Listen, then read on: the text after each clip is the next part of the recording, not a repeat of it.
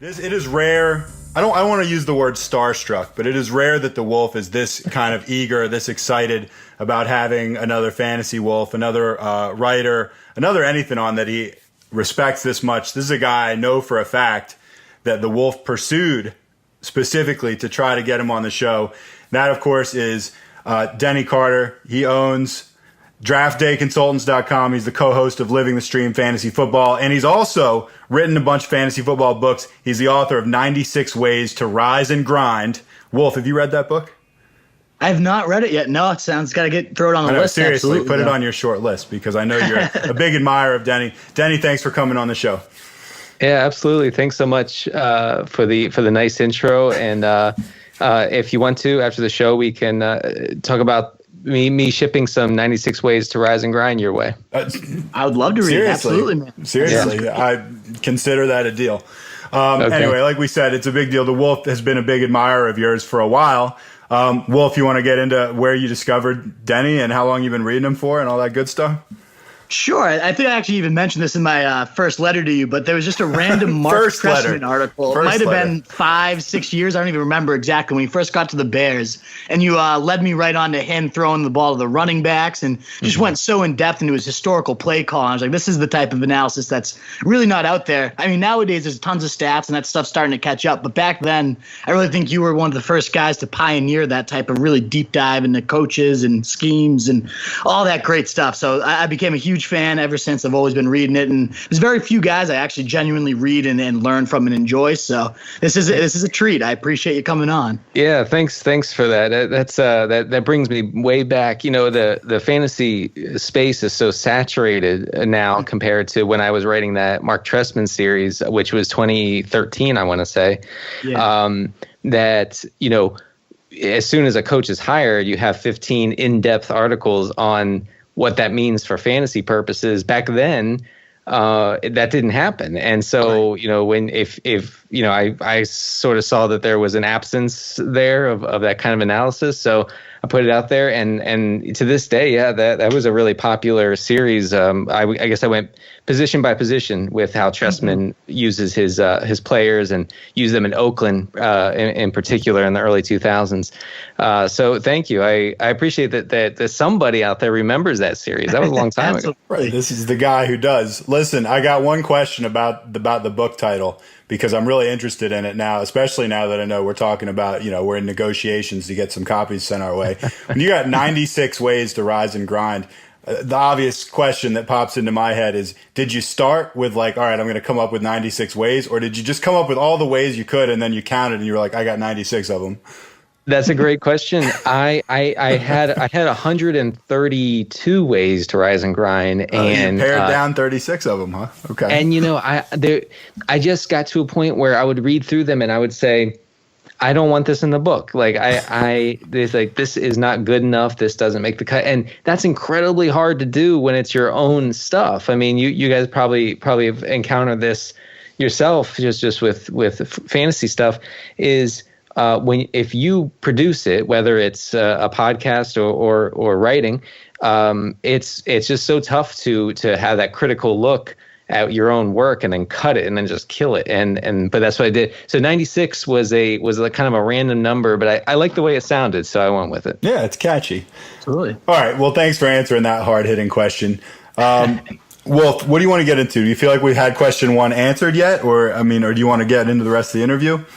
Well, let's just start there real quick with just kind of, we gave you the quick introduction, but if you want to dive into anything and just pump it a little bit, kind of who are you and why should our listeners trust you? I am I run the worst fantasy account on fantasy Twitter. The worst. That's a superlative. Well, that's kind of sort of the running joke. Is it's been 5 years of people telling me to delete my account. So I'll never listen to the losers and haters. And so I started in fantasy football in 2012. Was real heavy. I mean, I was writing for like 5 sites at one point in 2013 and 14. I've sort of scaled back a little bit and tried to focus on being good at a small number of things rather than being like mediocre at a large number of things. You know what I mean? Like that. I feel like that's like the Jennifer Lopez syndrome, like being like okay at a bunch of stuff rather than being really good at a couple of things. That's good. Can't believe I just referenced J-Lo on this podcast. No, man, you get points for that. That was great. I guess I was not expecting out of all the things we were going to talk about today. I didn't expect myself to bring that up, but I write for thefakefootball.com. I do my fantasy equity scores for that site, and then I do a kicker column in season for Daily Fantasy Cafe, which is a really good up and coming DFS site. I would recommend anybody who plays DFS to check it out. But they actually, I had to badger them. I'm not kidding here. I had to badger Daily Fantasy Cafe for 2 months to let me do a kicker column because they were like, no one's going to read it. I said, trust me, there's a gap out there to fill. People will read any sort of analysis that isn't there. You know what I mean? I mean, people are hungry. They're hungry for this stuff. And so I started writing the kicker column. It ended up being pretty popular. That's awesome. That is awesome. All right. We got one more question before we get into the real meat of things. And we ask a hypothetical to every guest that we have come on the show, every beat writer, every so-called fantasy wolf. So I'm going to lay it on you and see where your head's at. You got a least favorite team? Oh my gosh. I hate so many teams. Well, which one, if you had to put one on top of the pile? I love that. The last guy we interviewed literally responded to me, and he was great. He was a great interview. RJ Ochoa, he's a Cowboys guy, and he said, I love them all. And then he ended up giving me an answer. He said, I love this one maybe a little less than all the rest. The Jaguars, which totally ruined my question, but he was such a good interview, I let it slide.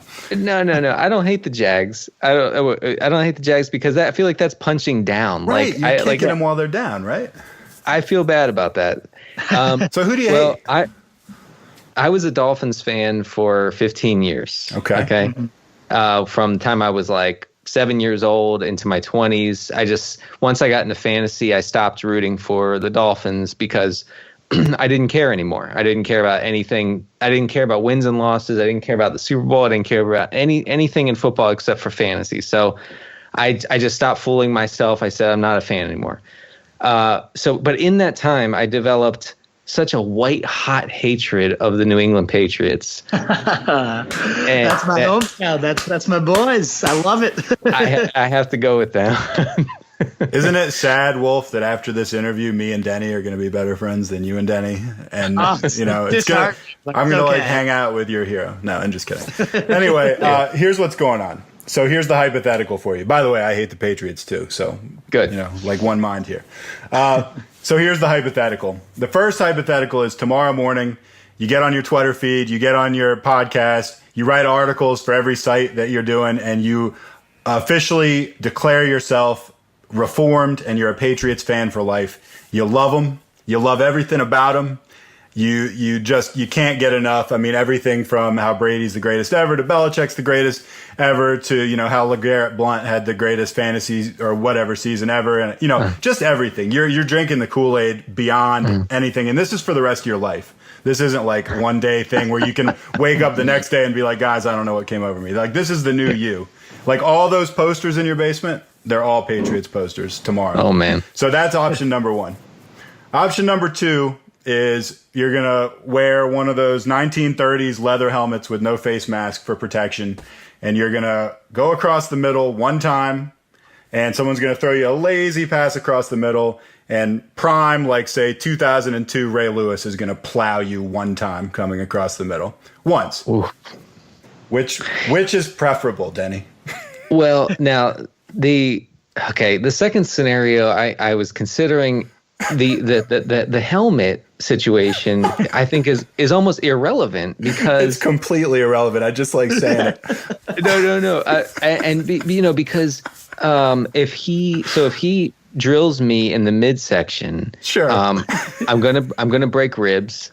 I'm gonna like chip my sternum or whatever, like Jordan Matthews, yeah, like Jordan Matthews.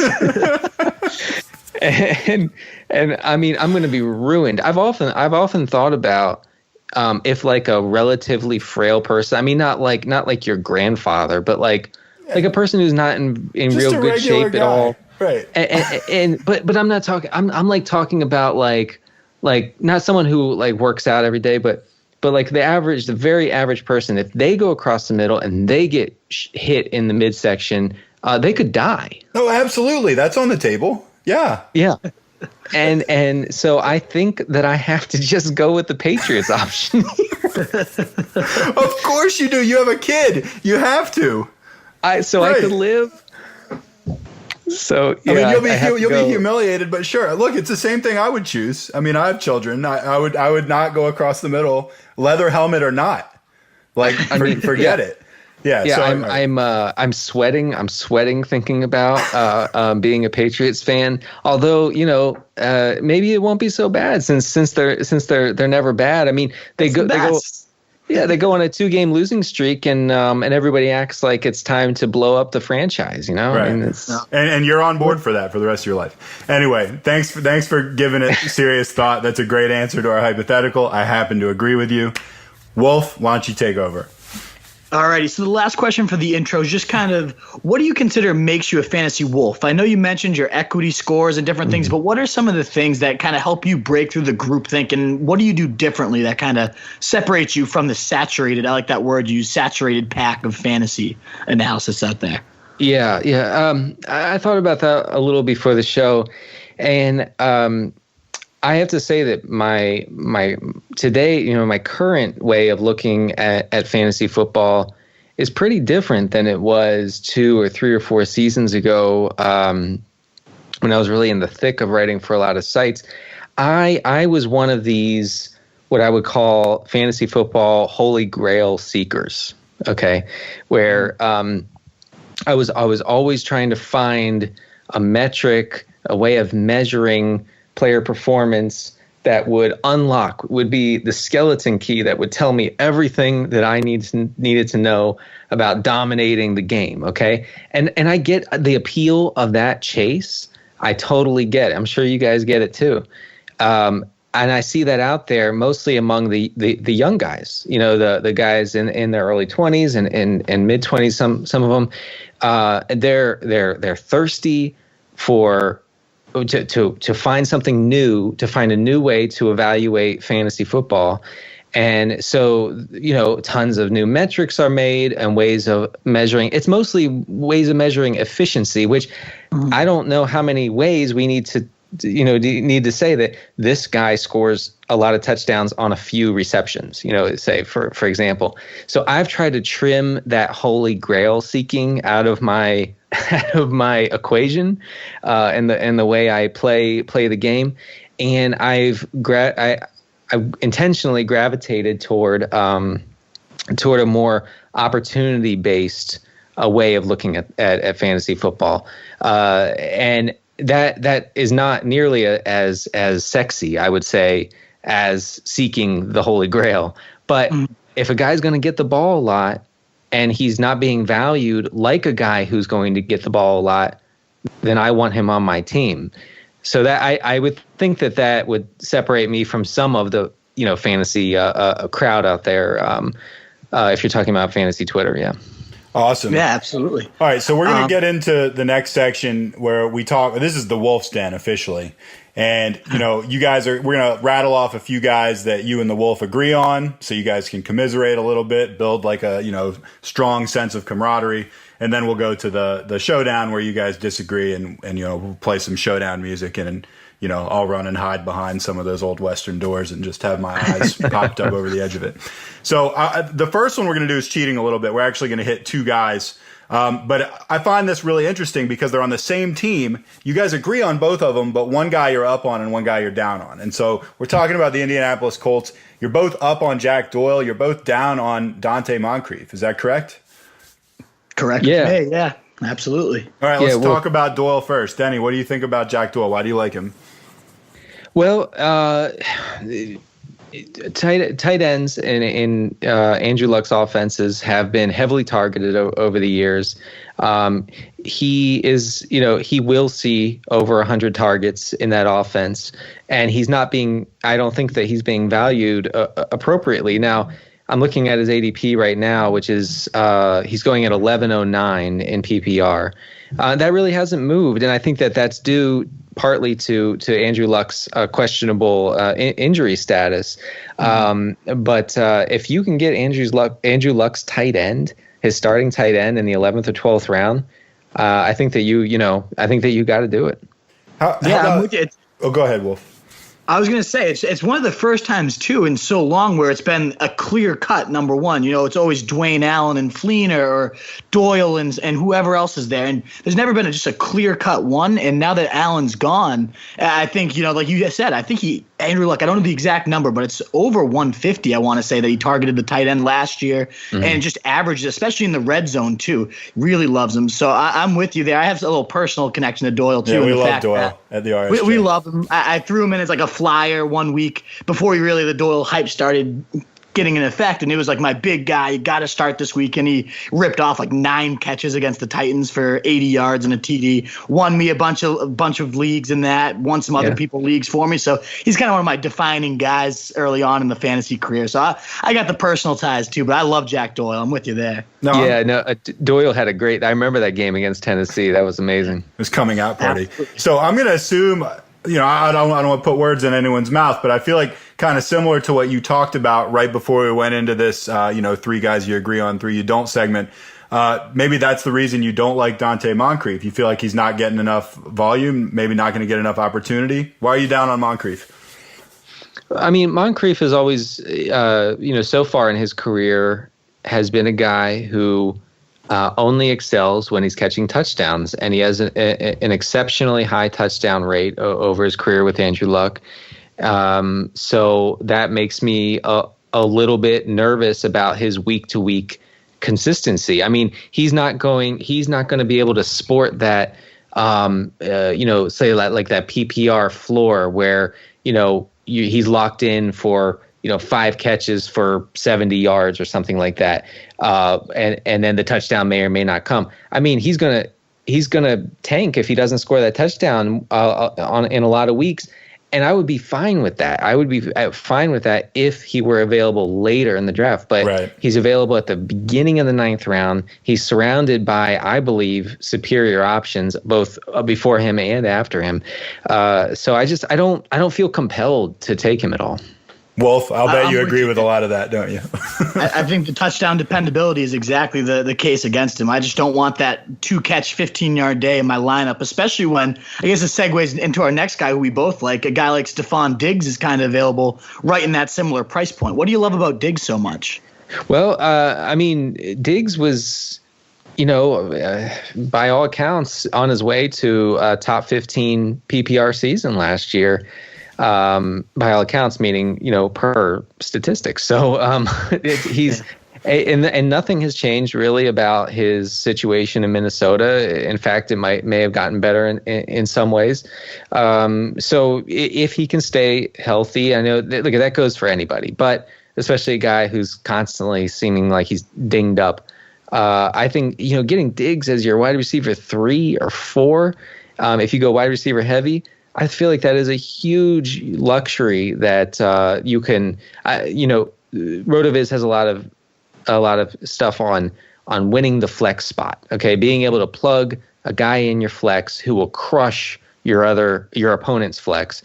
I believe Diggs is a way to just crush that flex. Wow. Yeah, absolutely. In PPR leagues too. I mean, I remember some of those games last year, especially when I'm trying to remember, it was like that 4 or 5 game stretch where he really just had like 12 catches, 13 catches, 15. It was just an absurd stretch that coincided with some injuries and showed that when he's the true number 1 guy, this is what could happen. So I think there's a ceiling there too. Everyone thinks it's just a boring Diggs, just a floor play. But really there's a ceiling there with Diggs that people don't talk about. He's a gym rat. He loves the game. He works harder. I really take those things into a lot of account too, which a lot of people don't recognize when a guy talks about the game, and he just has a passion for it and loves it.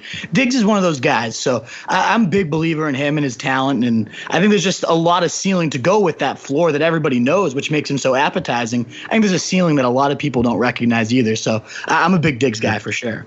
Mm-hmm. All right, let's go to your third guy that you guys agree on, and this one I'm looking forward to because I'm against you both on this one, which is Jordan Reed. Tell me why you like Jordan Reed so much, Denny. Yeah. By the way, just getting back to Stefon Diggs for a second.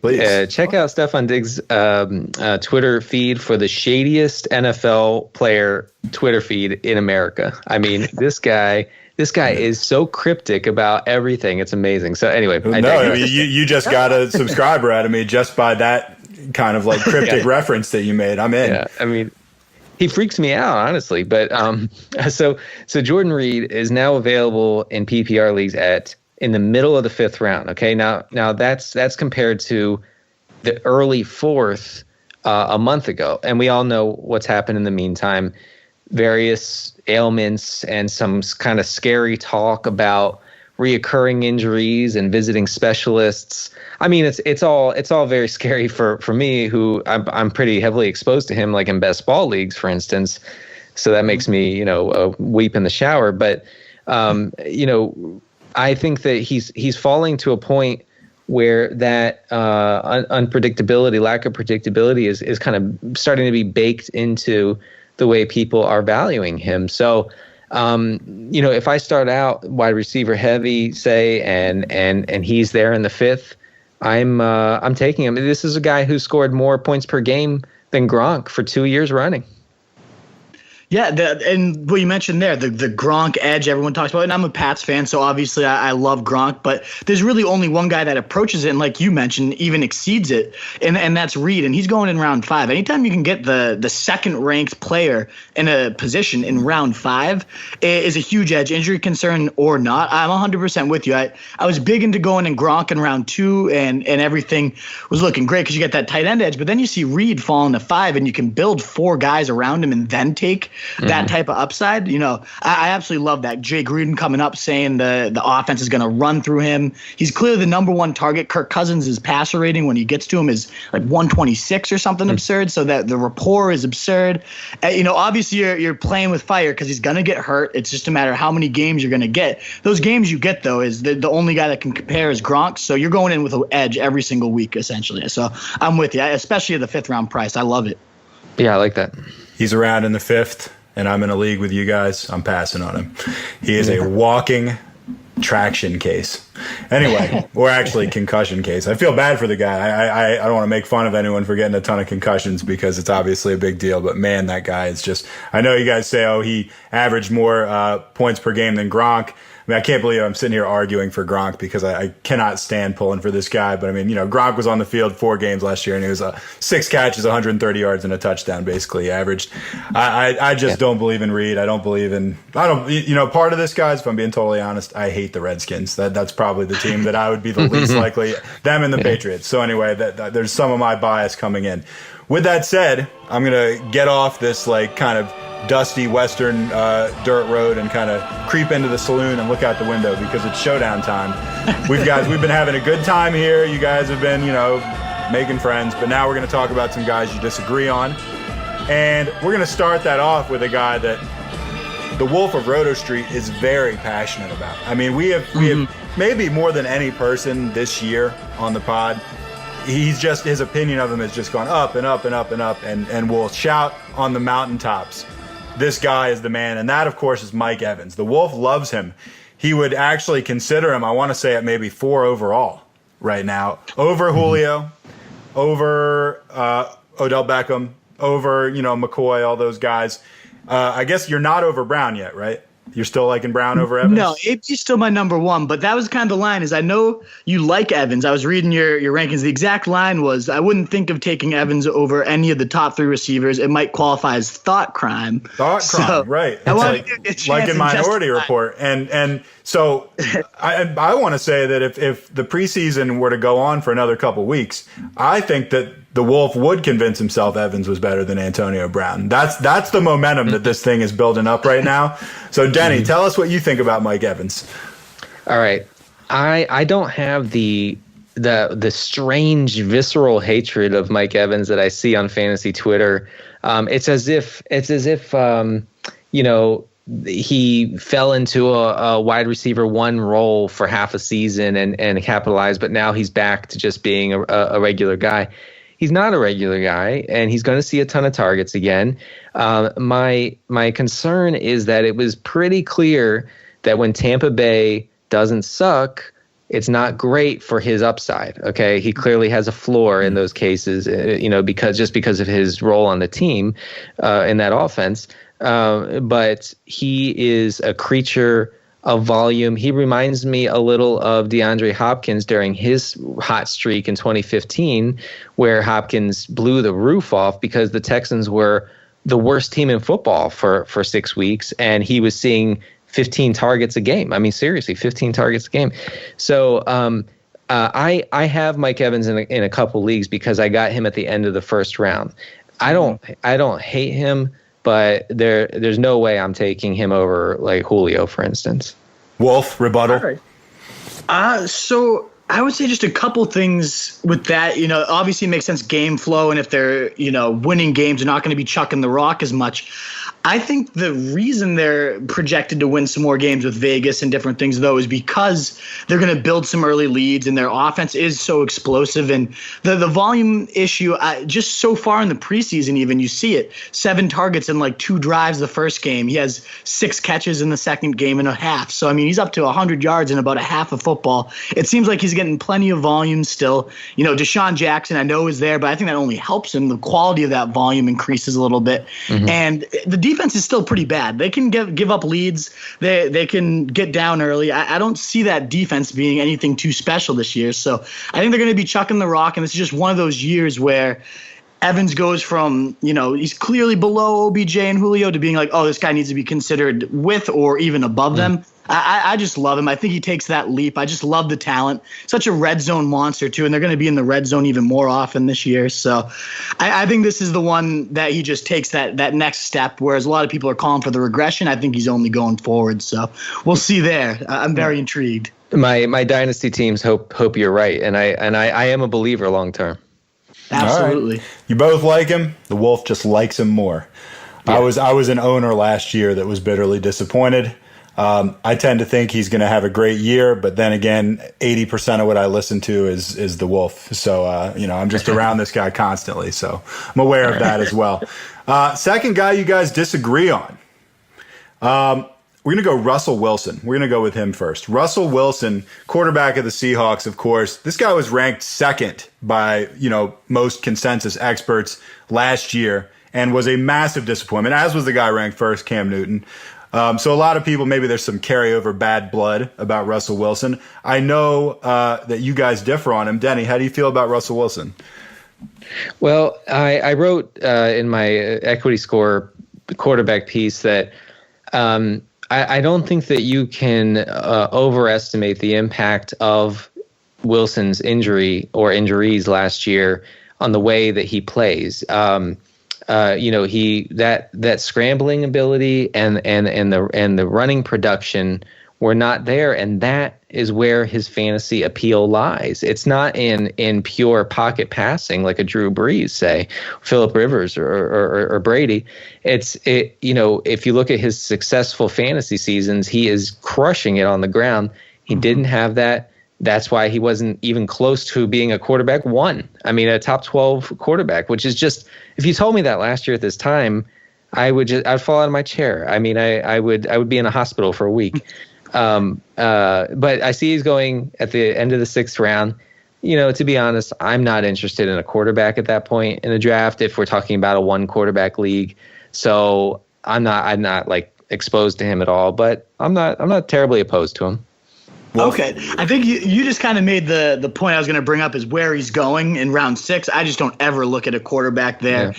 And I just think there's so many safer options. I know the running, wasn't there because he got hurt last year, but he got hurt because he was under constant duress. So that line is god awful, and they just, I believe, lost their left tackle the other day. So, I mean, it's only getting worse, and he's going to be under duress again. I'm nervous he's going to get hurt again. The duress could work out in his favor. He has to scramble a bit more, and then he's running for his life, and that's fantasy points for us. But for the long haul and the whole season, I just think it could be another, obviously you can't predict injury. I just hate that line. I don't think they're going to give him the time he needs. And that whole, ADP, the price of a 6th-round quarterback, there's still so many receivers and running backs I absolutely love there. So I guess we're in agreement that we're not going quarterback there anyways. So there's not too much disagreement there. But I just think even if I was ranking my quarterbacks, he's around 14 for me. I just think there's so many guys this year between Jameis and Mariota and Kirk Cousins, all these guys that you can get Derek Carr around 10, 11, 12. It's just not even close to me that Russell Wilson. I like those guys better than him. I think they have higher ceilings, and they go 4 rounds later to me. So I'm off the Russell Wilson train for sure this year. If you're in a super sharp one quarterback league where everybody waits on quarterback until the final rounds, and you can scoop Russell Wilson up in like the 13th or 14th, would you do that? You saying like Jameis and Mariota and those guys are still there too? I mean, I'm thinking that they're gone. Okay. Yeah. He's been I think it's a top 10 quarterback every single year other than last year. So, of course, I can take him at the right price if it's 13 or 14. But still, as my 14th QB, I imagine Phillip Rivers is probably still there. That was my next question. Phillip Rivers or Russell Wilson? I'll go Rivers. Okay. Wilson for me, yeah. Okay. Yeah. Very interesting. All right. Very interesting. All right, third guy, Devante Parker. This is a guy I've never been too high on, but I feel like a lot of people think I'm crazy for this, so I'm interested to see where you guys come down. I know the Wolf kind of is maybe drinking the Devante Parker Kool-Aid a little bit. Is that accurate, Wolf? Would you say? Tell me. It is. I'm falling in love with him. I am. Okay, what do you think of him, Denny? What do you think of Devante Parker? Well, if you don't mind, could I hear the pro Parker take? Sure. Let's go, Wolf. Yeah, Let's switch things around. Tell us what's so darn great about Devante Parker. So, it's so tough to sift through all the offseason news. There's so much of it, and so much of it's puff and ends up being meaningless and misleads you. The one type of thing I do like, though, I kind of talk about this with Diggs a little bit, is when I read about a guy who's really improved his habits and his work ethic and everything about Devante Parker. The positive puff stems from the fact that his off-field and on-field habits have just gone up tenfold. He's such an incredible athlete and a freak. He was so used to just dominating on his sheer physical gifts. And then when he got to the NFL, it doesn't jump like that. You can't. Everybody has the insane physical gifts. It's the guys who work harder and practice their craft and really own it that take that next step. And he openly admits, I wasn't eating and sleeping right. I wasn't practicing hard, which was leading to me get hurt in games. I wasn't able to go full speed in games because I was going half-ass in practice. But now I've had that turnaround. I've realized I can only be great if I eat the right things and sleep at night and practice hard every single rep. And everything has said that the new Devante Parker is just absolutely dominant. He's making the jump ball catches over everybody. He's got Jay Cutler, which actually to me is a positive in my eyes, a guy that loves to sling the rock. And with Alshon Jeffrey so many years in Trestman's system, I know it's a different coordinator, but he loves targeting the big guys and letting them go up and make plays. He came out and said, this guy's like a faster Alshon. So he even referenced like, this is the type of guy I like to work with. Mm-hmm. So I just, all these things are building to me. And it's the type of the puff that I actually buy it and believe in. So I'm on the Parker train. I honestly think he's going to outscore Landry this year. So that's my bold claim of the year. That I see Parker going before Landry in best ball drafts now, and I'm so down on Landry that I don't really blink when I see that happen. Now, okay, my hesitation is, and I don't think that any of that should be ignored. The puff pieces about eating and exercising habits and this and that, because we've seen that pay off for players before. I would be very into Parker if he was still going in the 8th or 9th round, but we've seen an ADP uptick that puts him in the 6th round now in PPR, and that to me incorporates a good chunk of his upside, of what I think of his upside, in an offense that, ideally, I mean, the way that they operate, they're not going to throw a lot of passes. So he's being taken around guys. He's being taken right around Emmanuel Sanders. Okay, just as an example. Now, Emmanuel Sanders' situation stinks in a lot of ways. I understand that. But Emmanuel Sanders is locked in for 120, 130 targets. And Parker is not. Just simply, I mean, that would be pretty stunning if he even got to 100 at this point. It would be a huge increase over what he's projected for on a lot of reputable sites. So I feel like the hype has gotten to the point with Parker where I have to tap out on that ADP. I think that your argument is legit. Obviously, it's just the price point that bothers me. Okay. Yeah, absolutely. It is, like you mentioned. I mean, Emmanuel Sanders, I'm going Parker over him, but there's a lot of receivers or running backs in the 6th round that, now that Parker's going up there, that do make me question. I think my team makeup has a lot to do with it as well. Yeah. If I've gone, high floor for a while and want that upside swing, Parker brings that ceiling. Like, if he does get even 100 targets, he's got that type of talent that he could truly explode with it. But, I also like to chase upside early with guys like Martavis Bryant, maybe even Tyreek Hill. So if I have a couple unsure guys like that, then it is tougher to take the Parker plunge, and maybe I want a guy like Decker or somebody with just a higher floor like that. I'm glad you brought up Landry, though, because I think I've referenced your exact stats from your equity scores in a lot of these interviews, because I disagree with Landry with most people. And then they're like, wow, he's a target monster. And I remember you had a line about when Oyaji took over, the targets just went down completely. So real quick, what are you down about with Landry? Yeah, well, I mean, he is a player who relies solely on volume, and that's fine if it's there. But it's not going to be there if they operate like they did last year with Ajayi as the unquestioned centerpiece of the offense. I forget the exact splits, but before Ajayi took over, Landry was getting peppered with just crazy numbers of targets, and he was benefiting and PPR monster. But after that, his targets went way down, and a guy like him cannot meet his price point with that sort of lack of opportunity. So that's why I'm out on him. Absolutely. Right. And one just quick question, because I want to mix this in. I want to mix this into the no huddle. Actually, Wolf, I know what you're about to go with. I actually have a question planned, so we can mix it into the no huddle if you're talking about the rookies. I am. Yeah, I want to know your thoughts on these rookie runners. But if you have a way to seamlessly work, if you consider it's inadequate, we can follow up on it afterwards. All right. No huddle offense. We're gonna get into that. That was great. That was a good showdown, fellas. We're gonna get right into the no huddle offense. Hurry up, no huddles. Question number 1, rapid fire questions. Who should go number 1 overall? Le'Veon. Okay. Oh, nice. Alrighty. Go ahead, Wolf. Give us your most undervalued QB, RB, wide receiver, and tight end. Okay.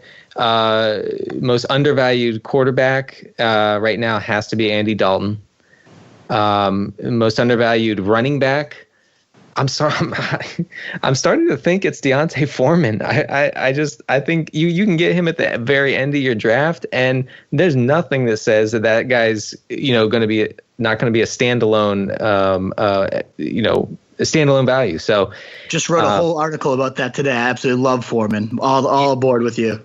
Yeah, I just don't see the downside in taking him. So Foreman. So most underrated wide receiver. Ooh, here we go. Cam Meredith. Cam Meredith too. And tight end, I'm going to go with Charles Clay, because I just think he's going to gobble up so many of those short targets in Buffalo. Interesting. Right. I haven't even thought about Clay. Same exact question, but we're going overvalued. Who's the most overvalued quarterback out there? Matt Ryan, huge regression candidate. Okay. Who's the most overvalued running back?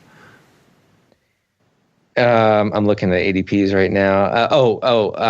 Fournette at the end of the second. I just do not. I'm not interested at all in a running back, an early down running back on a terrible team. Yeah, but he's going to be playing all those games in England. It's probably going to really put up monster numbers in England. Anyway, sorry to interrupt during the rapid fire section. Overvalued receiver. I mean, I'm starting to. Oh God, as weird as this feels for me to say this, I'm starting to think it's Terrell Pryor, and I'm a long time Pryor truther, but I'm now forced to take him at the end of the second round. I don't know. I don't know if I can do that. Too high. I agree. All right. What's the most overvalued tight end?